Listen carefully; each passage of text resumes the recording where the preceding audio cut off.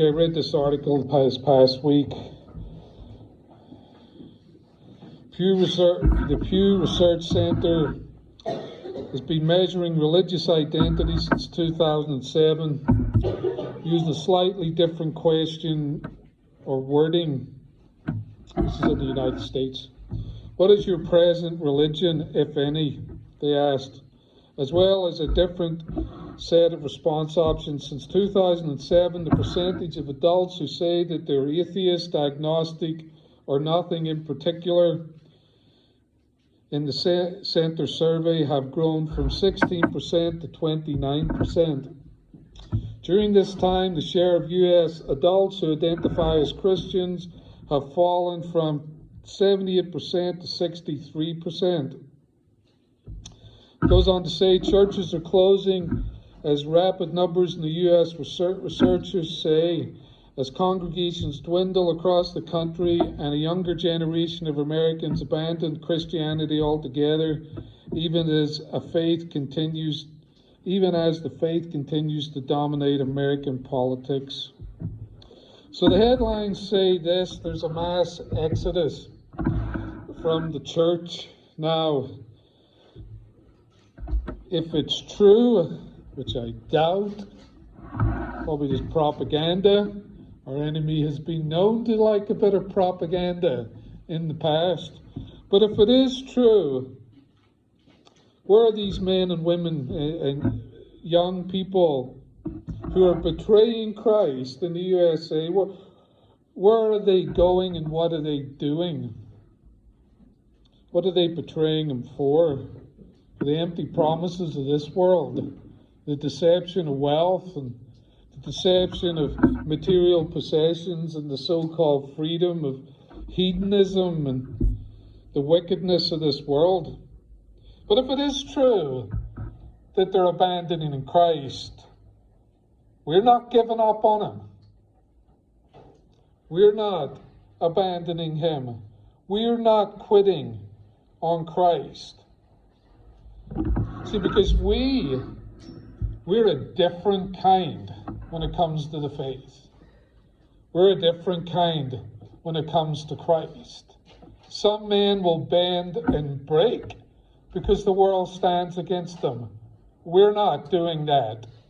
We're never going to do that. We're never going to quit. See, we're a totally different kind than the common man out there, because we're never going to abandon Christ. We're not going to give up on Christ, whatever comes our way. We're just not going to give out or give in. We're never going to quit on Jesus. See, I admire the marathon runners. I've seen the guys training for marathons, and I know some people who have run them. I admire those guys who are the top athletes, the guys who at my age are still coming in the first 2 or 3 in the group. But that's not me. If I was running the marathon, well, I'd be in an emergency room in the next first 5 minutes. But if I even did train to do it, I would be at the back of the pack. I would be that guy that's walking some of it, running a little, and walking and running. And you ever see them where they're staggering? They're barely making it, but on they go. And in some ways, scriptures talk about this Christian life being a race, and I feel at times like I'm that marathon runner who's just staggering along, occasionally walking, falling down, and getting up again. But I'm still in the race. You're still in the race. You're still on the narrow path. When many, if it's true, have abandoned him, you haven't quit. You're still running the race. And you and I are running this race regardless of how it feels or what we're going through. Or how we're running this race and we're not quitting regardless of our past and how we look at our past or what you're in the present. Regardless of what looks like there is ahead of you and I. We're still in the race. We haven't abandoned Christ, and we're not going to. Regardless of our failings, regardless of our sin, regardless of our willful disobedience to God, and we willfully disobey Him at times, we're still not quitting on Christ. We're not giving up. We're still in this race. So you and I haven't given up on Jesus. And that's the thing. If you learn nothing else today, the key to this faith is to never give up. Never quit. Never stop. Regardless of how you feel. Regardless of how the world looks at you. Regardless how you look at everybody else. Never, ever quit on Jesus. Just never give up. Doesn't matter if you feel like it. Doesn't matter if you feel like you're lying down on the ground. And if you feel like you're quitting on Jesus, that doesn't matter. Just never, ever give up on Him. How do we know we're still in the race? Well, we're here today. Do you know we had 100 different options? Different places we could have been today. But we chose to be here today. And we chose to be here today to honor Jesus Christ. There's 100 different places of wickedness we could have been in. And all of them legal. And all of them encouraged by the world around us. We chose to be here today to honor Jesus. We could have turned our back on Christ. We could follow the mob, and it is a mob, that are going down the broad road to destruction. But we're not doing that. We're never going to do that. We're here praising Christ today. We're here worshiping Jesus today, even in the midst of our suffering. Even in the midst of our pain, even in the midst of hardship, in the midst of confusion, in the midst of terrors and fears, we're here today to worship Christ because we are never going to quit on Him. And our being here today says we're still in this race.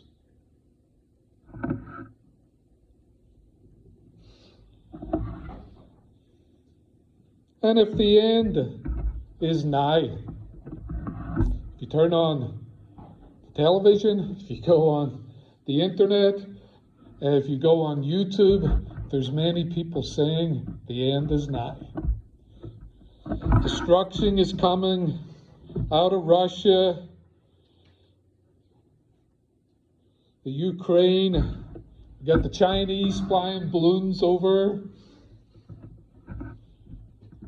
I would have liked to see it come over South Dakota. It'd probably been 2 minutes before that thing was down. They'd have been lining up with their rifles. But listen, even if the end is nigh, they're going to find us running this race. They're going to find us following Christ. It doesn't matter if they drop a nuclear bomb, we'll be worshiping Jesus. Doesn't matter if I drop dead from a heart attack, I'll be dropping down in the narrow path. We're going to finish this race. We're never quitting, whatever comes. We're never giving up on Jesus. It was Christmas Day. We went over to worship at Rapid. I was sitting in the back row, and everybody's singing as we're singing here today. Probably 2 seats in front of me was Cheyenne Winkler. And we're singing praises to God. And I see her, and my eyes are drawn to her singing. She's not belting it out. She's not standing up, holding her hands in the air, having a wonderful experience. But she's praising God in the face of death, with cancer. Why? Because she's made of the same stuff we are. She's not a quitter. She's not giving up. She's running this race, as we all are, brothers and sisters. And we're never going to give up.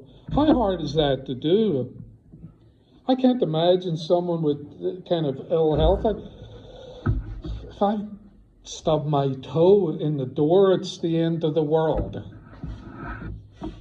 But there they are, still in the race, when everything else points towards giving up on Christ.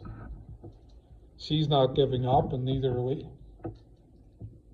Do you know, it's our commitment to Christ, our following Him, is regardless of what we want. Even when I want to give up, and at times I want to give up, I'm not listening to me. And you're not going to listen to you.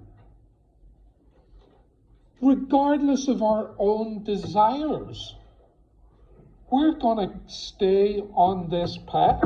We're going to run this race. We're not going to listen to ourselves. We're not going to listen to the world. We're not giving up on Jesus. We're going to keep running this race. See, plenty have quit. I've seen them. I've watched them over 30 years. 1 minute they're here praising Jesus. 1 minute they're talking about Him to their friends. 1 minute they're preaching from the pulpit. And I can count on my hands how many I've stood up and preached and abandoned Him. But that's not going to be us. It's not going to be us. We're never giving up. I've seen them go back to their drugs, their drink, their women, their chasing men, their money, whatever. I've seen them go back to their religion, back to their empty religion. That's not going to be us. We're never going back. Never going to quit. Doesn't matter if it feels like we're putting 1 step forward and 10 steps back. We're getting up again, and we're going to keep pressing on for Jesus. We're going to run this race, regardless of how we're tempted to give up.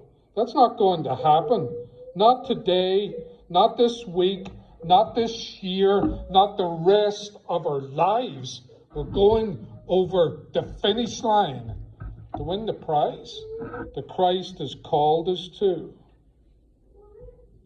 And the Hebrew writer says this, therefore we also, since we're surrounded by so great a cloud of witnesses, let us lay aside every weight and sin which so easily ensnares us, and let us run with endurance the race that is set before us, looking unto Jesus, the author and finisher of our faith, who for the joy that was set before Him endured the cross, despising its shame, and has sat down at the right hand of the throne of God. To run this race with endurance. It's going to take heart to finish this thing, but we've got it. Oh, we've got it. We're never going to quit, because we've got a heart given over to God. And we're going to endure whatever comes our way. When Napoleon invaded Russia, he kind of got caught in the whole thing. He started by, well, it's kind of like a Ukraine thing. He got into it, and it started to unfold, and the Russians came out and they're battling. Next thing you know, he's invading all of Russia. Disaster. They got to Moscow, though, and they took Moscow because the Russians had withdrawn into the interior. When they got there, they looted the place, and then they realized the winter's coming, and these winters are hard over there, minus 40, minus 50, not counting the wind chill probably. And so they had to get back to France again, so he pulls his army out. Now, problem was they didn't leave quick enough, so this winter came in like that minus 50, minus 60 we experienced, a couple of weeks ago. The men started freezing to death. They ran out of food. They had to bleed the horses. They would cut them, get a bucket of blood in one of the helmets, pass it along, and they'd take the blood out of the helmets, and when they took it out, it was already frozen into a blood sickle, I guess. And they would eat that. But when they left with riches beyond their wildest imaginations. They looted the place, went through the palaces and the rich houses. Men were carrying more than the money they would ever earn in their life in gold pieces out of Russia, trying to get back to France. But because it was so heavy, it would pull them down. They couldn't wrestle through the cold.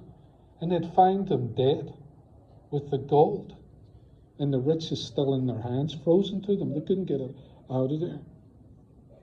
So, you know, the only ones that made it back, and I think there was 30,000 out of 700,000 got back to France, were the ones who gave up everything, who would drop it all just to get back home. Brothers and sisters, that's us. We're on our way home. We're on our way into Christ's kingdom. And there's nothing that we're going to hold on to, regardless of how valuable it feels to us, regardless of how much we want it. We're dropping it all for Jesus. All of it. Because nobody gets out here alive, except for those who are following Christ. And that's you and I. We're not giving up on Jesus. We're not going to turn to comfy religion. We're not going to turn to hedonism, to a pleasurable way of life. We're not getting the money in. We're not going to go after the new husband, the new wife, the person that we think will make us happy. We're not going to buy tens of horses or land or cars or houses or anything that will hold us back from following Jesus. Because we're getting out of here alive. We're going to follow him. Another reason we're not giving up is because Jesus said this. And they went through the cities and the villages teaching and journeying towards Jerusalem. And then one said to him, Lord, are there a few who are saved? And he said to them, strive to enter through the narrow gate. For many, I say to you, will seek to enter, but will not be able. But once the master of the house has risen and shut the door, you begin to stand outside and knock and say, Lord, Lord, open for us. And he'll answer and say to you, I don't know you or where you're from. They say to Jesus, is there many going to be saved? He said, oh no. Oh no. We live in a country where we teach our kids that everybody gets prizes. All you have to do is participate. We live in this country where no one's allowed to lose. In God's economy, there's losers. Brothers and sisters, that's not us. That's never going to be us. Because we are never going to quit. We're going to run this race. We're going to strive to enter in with everything we've got.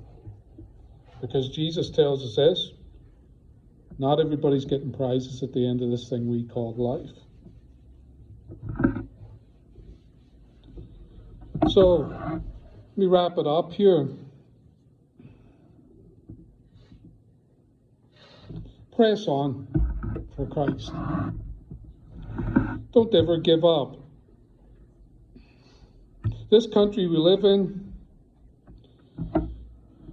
they may have rejected Christ, but that's not you and I. That's not us. We're never giving up. Doesn't matter if it's family and friends. Doesn't matter if it's husband or wife. Doesn't matter if the kids who want us to quit. We're not doing it. Doesn't matter if it's a government.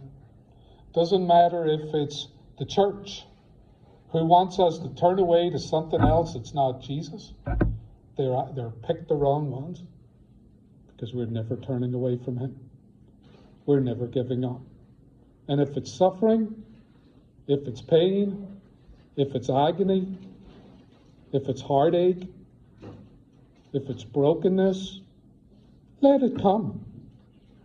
Because we're not giving up. Regardless of how painful this gets, we're going to get up, we're going to run this race, and we're going to cross this line. And the reason we're doing it is because of what this supper speaks to us about. It says to us that he went to the cross for you and I. He bore the agony.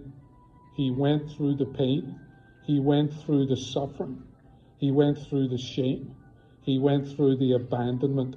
He went through the loneliness. He went through the betrayal. He went through it for you and I and us, that we might have salvation. And because he did that for us, we're going to run this race for him. Let's bow together.